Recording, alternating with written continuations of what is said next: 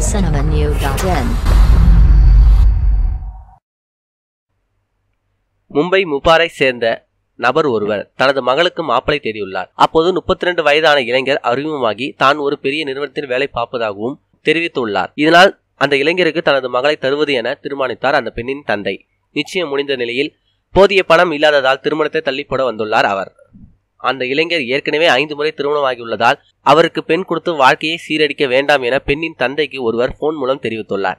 இதனால் அச்சமடைந்த பெண்ணின் தந்தை இளைஞரிடம் விசாரித்த போது அதை மறுத்துள்ளார் மாப்பிள்ளை.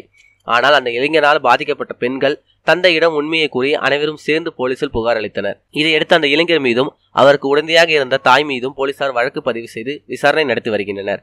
ஆனால் இதுவரை யாரும் கைது செய்யப்படவில்லை என்பது குறிப்பிடத்தக்கது.